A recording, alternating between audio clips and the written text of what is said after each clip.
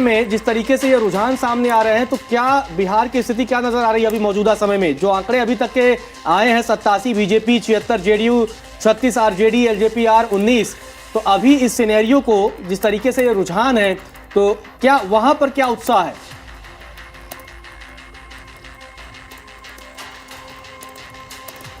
आवाज जा रही है हमारी आप तक? जी, जबरदस्त उत्साह में है भाजपा और जदयू के कार्यकर्ता जी, और कांग्रेस और राष्ट्रीय जनता दल के खेमे में जैसा कि स्वाभाविक है मायूसी दिख रही है। और मिठाई के ऑर्डर तो पहले ही लोगों ने दे रखे थे। एग्जिट पोल देखने के बाद लगभग आश्वस्त थे एनडीए वाले, और उनको लगभग एग्जिट पोल जो बता रहे थे उससे ज्यादा सीटें इनको मिलती दिख रही है। जी, लेकिन एग्जिट पोल के बाद जो ज्यादा सीटें आ रही हैं, जिस तरीके से कांग्रेस को ये नुकसान होता दिख रहा है, क्योंकि पिछली बार तो चलिए दहाई के आंकड़े में कांग्रेस थी, इस बार दहाई का आंकड़ा भी छूती हुई नहीं दिख रही है। तो कांग्रेस का भविष्य, क्योंकि आरजेडी के साथ अगर कांग्रेस हारती है तो ये बड़ा झटका है। क्या आरजेडी और कांग्रेस में अंदर खाने में कुछ चल रहा था कि आरजेडी कांग्रेस को हरा रही थी, कांग्रेस आरजेडी को, ऐसी कुछ थी बात? कांग्रेस ने इस बार वो कहावत है ना कि हम तो डूबेंगे सनम तुमको भी ले डूबेंगे, वो राहुल गांधी ने खास करके चरितार्थ कर दी। इस बार पिछले 10 साल से करीब तेजस्वी ने जो मेहनत की थी और एक एजेंडा सेट किया था, A to Z का समीकरण, नौकरी, रोजगार, स्वास्थ्य, दवाई। राहुल गांधी जब ये वोटर अधिकार यात्रा पर बिहार आए तो एक तो वोटर अधिकार यात्रा, उससे इनको 0% फायदा हुआ, क्योंकि जिन मतदाताओं के बात दिमाग में जो बात पहले से फिट है उसमें कोई परिवर्तन उनकी यात्रा से नहीं हुआ। दूसरी बात हुई कि जो अगड़ा पिछड़ा वाली एक राजनीति से बिहार थोड़ा सा उबर रहा था, उसको उन्होंने फिर उस रास्ते पर ढकेल दिया। तो कुल मिला के जो मुद्दे तेजस्वी लेके चलना चाह रहे थे, उन मुद्दों को एकदम दरकिनार, वो मुद्दे किनारे हो गए। फिर अगड़ा पिछड़ा की राजनीति हुई और उसमें भी तेजस्वी कामयाब नहीं हो पाए, चूंकि ईबीसी का और ओबीसी में गैर यादव जो एनडीए ने जो विश्वास उनका हासिल किया है वो इस चुनाव की परिणाम में दिखने को मिल रहा है। जी, लेकिन हमारे साथ ऋतिक भी हैं स्टूडियो में। अगला सवाल ऋतिक का आपसे है। शुभ नारायण जी। शुभ नारायण जी, सवाल मेरा आपसे ये है कि इस वक्त जो नतीजे देखने को मिल रहे हैं रुझानों में, अगर ये आंकड़े हो गए, अगर ये तब्दील हो गया रिजल्ट में बिहार विधानसभा चुनाव का, तो कहीं ना कहीं जो आपने बात की 2020 में जी जी जी जी मेरा सवाल शुभ नारायण जी आपसे, पहले आप एक बार सवाल सुन लीजिए। देखिए, जो 2020 में तेजस्वी ने कमाल किया था, बड़ी पार्टी बनके, वो बात अलग है कि सरकार नहीं बना पाए, लेकिन बड़ी पार्टी तो बन गए। इस बार वो दंश कैसे झेल पाएंगे 5 साल? तीसरे नंबर की पार्टी जा रही है, तीसरे नंबर की पार्टी जो लगातार जेडीयू को कह रहे थे, अब तेजस्वी की पार्टी होगी। वो बहुत बड़ी समस्या है, बहुत बड़ी त्रासदी है। वहीं तो मैं कह रहा हूँ कि राहुल गांधी के जो दौरा हुआ पिछला वोटर अधिकार यात्रा करके, उन्होंने राजद को वहां ले जाकर छोड़ दिया है कि हमको लगता है कि अभी जो रुझान दिख रहे हैं ये तो राष्ट्रीय जनता दल के गठन के बाद से सबसे निम्न स्तरीय जो प्रदर्शन कर सकते हैं वो ये रिकॉर्ड बन रहा है। तो निश्चित तौर पर राष्ट्रीय जनता दल के लिए बहुत आत्मावलोकन का समय है और उनको अपने गठबंधन सहयोगी की रणनीति या सहयोगी का जिक्र है। शुभ नारायण जी, सहयोगी का जिक्र आपने किया। सहयोगी तो बीजेपी की जेडीयू भी है, बीजेपी के लोजपा रामविलास भी है, उनको फायदा होता है, एनडीए में दिख गया। लेकिन सहयोगी महागठबंधन में तेजस्वी के पावर का 1 इंच भी कांग्रेस को नहीं मिला, और उल्टा कांग्रेस की वहां कह सकते हैं कि कहीं ना कहीं उस चीज की फैक्ट्स, उसकी निगेटिविटी आरजेडी पे हावी हो गई, जो सालों से सरकार में वो नहीं आ पाई। देखिए, मैं आपको बताता हूं कि आपको एक उदाहरण से स्पष्ट करता हूं कि आरजेडी का वोट ट्रांसफर नहीं हुआ कि कांग्रेस का ट्रांसफर नहीं हुआ। मैं बक्सर की बात करूंगा। बक्सर जिले में बिल्कुल। बक्सर एक छोटा सा जिला है, 4 विधानसभा क्षेत्र है यहाँ, और यहाँ 2 सीटों पर कांग्रेस के विधायक, और यहाँ वोटर अधिकार यात्रा में भी राहुल नहीं आए। पूरे चुनाव कैंपेन में कांग्रेस का कोई बड़ा नेता यहाँ पे नहीं आया। तो हम कैसे कहेंगे कि राष्ट्रीय जनता दल का वोट इनको ट्रांसफर नहीं हुआ? ये खुद कितनी संजीदगी से चुनाव लड़ रहे थे, इसको लेकर शक है। कोई बड़ा नेता यहाँ पे नहीं आया बक्सर में, जबकि यहाँ 4 में से 2 सीटें, 50% सीटें इनकी थी कांग्रेस की, और दोनों सीटों पे कमजोर दिख रहे हैं। हाँ बिल्कुल, देखिए, लेकिन हालांकि बक्सर का आपने जिक्र किया, पूर्व केंद्रीय मंत्री अश्विनी चौबे का गढ़ रहा है बक्सर। हालांकि इस बार अगर देखें तो वहां पर सभा करने भी पहुंचे थे बक्सर में, बीजेपी की ओर से भी कई नेता पहुंचे। लेकिन अगर आप देखेंगे इस बीच में भी जो बयानबाजी चल रही थी पूरे चुनाव में, घुसपैठ का मुद्दा आपने सुना होगा, कि अमित शाह ने कहा, प्रधानमंत्री मोदी ने कहा कि भाई इस बार तो बिहार में हमको 5 साल और दे दीजिए, हम यहां से घुसपैठिए को बाहर कर देंगे। क्या वो फैक्टर चल गया बिहार में एनडीए के लिए? घुसपैठ का जो मुद्दा है वो पूरे बिहार में प्रभावी नहीं होता है। देखिए, सीमांचल में ही वो ज्यादा प्रभावी है, कुछ उत्तर बिहार के जिलों में प्रभावी है जी। अब शाहाबाद या सारण में आप आएंगे तो घुसपैठ कोई बड़ा मुद्दा नहीं है, लेकिन सीमांचल में इसका असर रहा है और दिख रहा है, आपको देख रहे हैं आप। बिल्कुल। शुभ नारायण जी, आपका बहुत बहुत धन्यवाद। हम आपसे आगे अपडेट लेते रहेंगे, लेकिन जिस तरीके से ऋतिक प्रशांत किशोर की अगर हम बात करें, प्रशांत किशोर दावा करते रहे सबसे जब वो बिहार की राजनीति में उन्होंने अपना कदम रखा जी, और कहा कि मैंने सब कुछ दांव पर लगा दिया है। आरजेडी के खिलाफ भी वो बोलते रहे और जेडीयू खिलाफ भी, बीजेपी के खिलाफ भी, सबको निशाने पर लेते। अब हमारे साथ बिहार से रमन शुक्ला जी जुड़ रहे हैं और रमन शुक्ला जी से जानने की, समझने की कोशिश करेंगे, क्योंकि अभी हम लोग प्रशांत किशोर की चर्चा कर रहे हैं। तो पहला सवाल रमन शुक्ला जी से। रमन जी, स्वागत है आपका। जी नमस्कार। जी जी जी, क्या बिहार में जिस तरीके से प्रशांत किशोर लगातार ये कह रहे थे कि या तो हम आर या तो पार, और या तो हम साफ हो जाएंगे, हालांकि पहला बयान उनका सच साबित होता दिख रहा है कि वो साफ होते दिख रहे हैं, 130-40 वाली बात तो नहीं है, और दूसरा बयान उनका बहुत बड़ा बयान था, उससे ज्यादा, कि जेडीयू की 25 से कम सीटें आएंगी और अगर 25 से ज्यादा आ गई तो राजनीति छोड़ देंगे।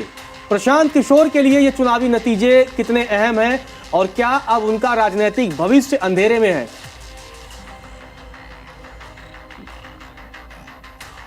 देखिए रजत जी, चुनाव में ये सब वादे और जो चुनावी सिगुफे या जुमले कहें, ये सब चलते रहते हैं और कहीं ना कहीं मतदाताओं को लुभाने के लिए, अपनी ओर खींचने के लिए ये सब नारे गढ़े जाते हैं और जुमले बोले जाते हैं, कही गई। लेकिन प्रशांत किशोर ने कहीं ना कहीं इसमें राजद को, महागठबंधन को नुकसान किया है जी। और इसका आपके सामने प्रत्यक्ष प्रमाण है कि अभी आप देख ले कि भाजपा सीधे सीधे 15 सीटों पर लीड कर रही है, नहीं बल्कि जीत गई जी। भाजपा के 15 जो ऐसे कैंडिडेट हैं जो 20,000 प्लस वोट से आगे चल रहे हैं। हाँ। तो इसमें देखिए कि भाजपा के राष्ट्रीय मंत्री, पूर्व राष्ट्रीय मंत्री रजनीश कुमार तेघरा सीट पे लगभग 15,000 वोट से आगे चल रहे हैं। राजनगर से सुजीत राम 20,000 वोट से प्लस हैं, और आई से रमा निषाद 21,000 वोट से प्लस। तो इन सभी सीटों पर कहीं ना कहीं प्रशांत किशोर ने भी अपना कमाल किया है। और ठीक है कि आप कह रहे हैं कि उनका पार या पार, लेकिन ऐसा नहीं है। अगले आने वाले 5 साल में प्रशांत किशोर की मजबूती आपको दिखेगी और प्रशांत किशोर अपोजिशन में अगले चुनाव में आएंगे और प्रशांत किशोर कहीं ना कहीं इसमें सफल रहे हैं। अगर राजद की या एनडीए की इतनी बड़ी जीत और महागठबंधन की इतनी बड़ी हार हुई है तो उसके पीछे प्रशांत किशोर जी का भी कमाल है। ऐसा नहीं कि प्रशांत किशोर ने नुकसान किसको पहुंचाया? क्योंकि शुरुआत में ये चर्चा हो रही थी कि अगर वो वोट काटेंगे तो एनडीए का वोट काटेंगे, तो क्या प्रशांत किशोर की, क्योंकि कई 1,000-1,200 कई जगहों पर अभी तक उनको वोट मिले हैं, तो वो वोट किसका है, किसका नुकसान उन्होंने कर दिया? प्रशांत किशोर ने नुकसान विशुद्ध रूप से महागठबंधन का किया है, एनडीए को नहीं किया। प्रशांत किशोर ने महागठबंधन को किया है।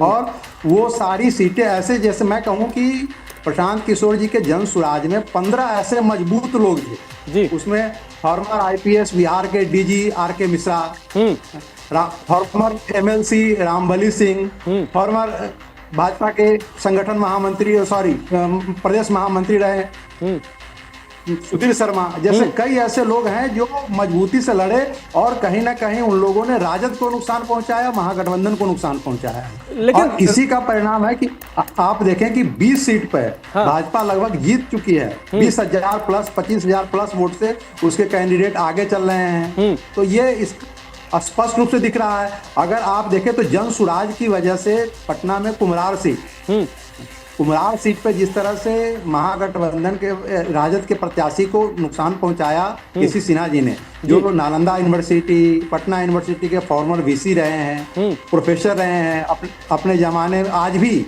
बड़ी चर्चित इंजीनियरिंग की तैयारी करने वाले। मुझे लगता है कि जब गली में वो जा रहे थे तो कई जगहों पर उनके तमाम छात्र थे, कई लोग उनके पैर भी छू रहे थे। लेकिन समझना ये होगा रमन जी, जब प्रशांत किशोर की चर्चा आती है तो इतने कॉन्फिडेंस, क्योंकि राजनीति में बयानबाजी एक अलग चीज होती है। प्रशांत किशोर पर्ची लिखते थे, जब प्रशांत किशोर पर्ची लिखते थे तो अरविंद केजरीवाल की याद आती थी कि अरविंद केजरीवाल भी ऐसा ही कहते थे कि ये मुझसे लिखवा लीजिए आप। और प्रशांत किशोर ने कई जगह कहा, कई इंटरव्यू में कहा, कई पर्चियों पर लिखा, और क्योंकि पॉलिटिकल स्ट्रेटजिस्ट के तौर पर वो लगातार पैसे भी कमाते रहे, उन्होंने कहा कि हमने 250 करोड़ रुपए लोगों को सुझाव देकर कमाए हैं। लेकिन अब एक प्रशांत किशोर के लिए एक ये भी तो मुसीबत हो जाएगी कि आप जब खुद चुनाव नहीं जीत सकते, खुद फाइट नहीं कर सकते, तो दूसरों के लिए आप क्या रणनीति बनाएंगे? ये भी तो अब लोग पूछेंगे उनसे, क्योंकि ओवर कॉन्फिडेंट दिख रहे थे वो। बिल्कुल सही दिख रहे थे, और आज भी आपको बताऊं कि ये पहला चुनाव है उनके लिए, और उन्हें बिहार के 8,000 पंचायत, 45,000 गांव में पदयात्रा करके ये प्रमाणित किया है कि उन्होंने अपने जनाधार को कहीं न कहीं तैयार किया है। और अगले चुनाव में इसका असर आपको अगले चुनाव में देखने को मिलेगा, जब 30 में विधानसभा चुनाव होगा। तो प्रशांत किशोर को ऐसे आप खारिज नहीं कर सकते। कहीं ना कहीं अगर महागठबंधन को नुकसान हुआ है तो उसमें प्रशांत किशोर जी की बड़ी भूमिका रही है। प्रशांत किशोर ने महागठबंधन को नुकसान पहुंचाया है, और लोगों ने विकल्प के रूप में अगर चुना है तो प्रशांत किशोर को चुना है। यही वजह है कि जनता ने महागठबंधन को वोट नहीं किया। वोट नहीं करने के कारण आज ये स्थिति महागठबंधन की हुई है। तो आप चुनाव परिणाम फाइनली आने दीजिए, फिर आप देखेंगे कि कहाँ किस सीट पे कितना नुकसान पहुंचाया है जनसुराज ने, और जनसुराज के प्रत्याशी कितने प्रभावी रहे हैं। ठीक है, अभी वर्तमान में आपको दिख रहा है कि दूसरे तीसरे पोजीशन पे, चौथे पोजीशन पे जनसुराज है, लेकिन ये जब फाइनल परिणाम आएगा, यही वजह है कि आप अभी देख रहे हैं कि भाजपा के 20 से अधिक प्रत्याशी जो 20-25 हजार से ज्यादा लीड ले चुके हैं, यानी कि वो जीत की ओर अब उनका जीत सुनिश्चित हो चुका है। जो पहली बार मुजफ्फरपुर जिले के औराई सीट से रमा निषाद लड़ी, पूर्व केंद्रीय मंत्री जय नारायण निषाद की वो बहू हैं। मुजफ्फरपुर से भाजपा के 2 बार सांसद रहे अजय निषाद की पत्नी हैं, वो लगभग 25,000 की लीड ले चुकी हैं। इसी तरह से आप देखें तो सिवान से भाजपा के अभी बिहार सरकार में स्वास्थ्य मंत्री मंगल पांडे जो लगभग 10,000 वोट से आगे चल रहे हैं। ऐसी स्थिति लगभग 25 सीटों पर बनी हुई है। तो अभी आप जो कह रहे थे कि पैर छूते हुए लोग दिख रहे थे, बांकीपुर सीट पटना में देखिए आप आगे चल रहे हैं नितिन नवीन, झंझारपुर से नीतीश मिश्रा जीत रहे हैं, जीत की ओर पूरी तरह से आगे रहे हैं। जमुई में श्रेयसी सिंह आगे चल रही हैं, बीरपुर में शैलेंद्र आगे चल रहे हैं जो भाजपा से हैं। तो ये सारे लोग, सबसे हम बताऊं कि 3 चुनाव हार चुके किशनगंज से स्वीटी कुमारी वो आगे चल रही हैं, जो किशनगंज में लगभग 70% से ज्यादा मुस्लिम मतदाता हैं। और वहां स्वीटी अगर आगे चल रही हैं जो 3 चुनाव पिछला हार चुकी थी, तो ये अपने आप में बहुत ही बड़ा एक संदेश है जी कि कहीं ना कहीं जो एनडीए सरकार, डबल इंजन सरकार की ओर से जो बिजली फ्री करने की घोषणा, बिजली फ्री की गई, पिछले 4-5वां महीना चल रहा है जो 125 यूनिट बिजली, तो यानी समझिए कि 1,90,00,000 परिवार को पिछले 4 महीने से कोई बिजली बिल नहीं देना पड़ रहा है। ठीक है, उसमें बड़ी संख्या 500-600 रुपए के वाले के हैं, लेकिन एक बिहार में एक एवी नैरेटिव महागठबंधन को गढ़ने का कोशिश किया गया कि भाई साहब हर परिवार के लिए स्मार्ट मीटर, जिसमें फेक बिजली बिल आ रहा है और बहुत ज़्यादा लोगों पे भार बढ़ रहा है, उसको भी सरकार ने बहुत एंटी इनकम्बेंसी को पहले भांपते हुए फ्री करने का काम किया, जो भाजपा के लिए अपने आप में तो समझिए कि तुरुप का पत्ता बन गया। जहाँ तक 10,000 रुपये देने की बात है, उससे भी ज़्यादा मैं आपको आगे ले चलूँ कि अभी जो छठ और दिवाली पे जो प्रवासी मतदाता हैं, जो बिहार से बाहर गुजरात, महाराष्ट्र, हरियाणा, फरीदाबाद जैसे जगह पे रह रहे हैं या बेंगलुरु, उन लोगों को 20% का डिस्काउंट दिया गया टिकट में। और टिकट में जो डिस्काउंट दिया गया उसमें आप सीधे सीधे जो रेलवे का क्लेम है कि लगभग 59 लाख लोग बिहार आए हैं, जिनकी वापसी अब 16 से होगी। और 16 से कल कैसे होगी, तो उनको 20% का ऐसे डिस्काउंट दिया गया था कि वो 16 अक्टूबर के बाद और 1 नवंबर तक बिहार आएंगे और 16 नवंबर के बाद से लेकर 1 दिसंबर तक वापसी करेंगे। तो उनको इन टिकट 13,000 ट्रेनें चलाएंगी। तो इसका कहीं ना कहीं फायदा लोगों को मिला है, और सीधे तौर पे कहें तो एनडीए और भाजपा को मिला है। और जदयू, भाजपा, लोजपा में अगर एनडीए अलायंस में देखें तो एक उपेंद्र कुशवाहा की पार्टी राष्ट्रीय लोक मोर्चा को छोड़ करके 3 अन्य पार्टियां जो हैं बहुत अच्छा करती हुई दिख रही है। 3 नहीं 4 कहें,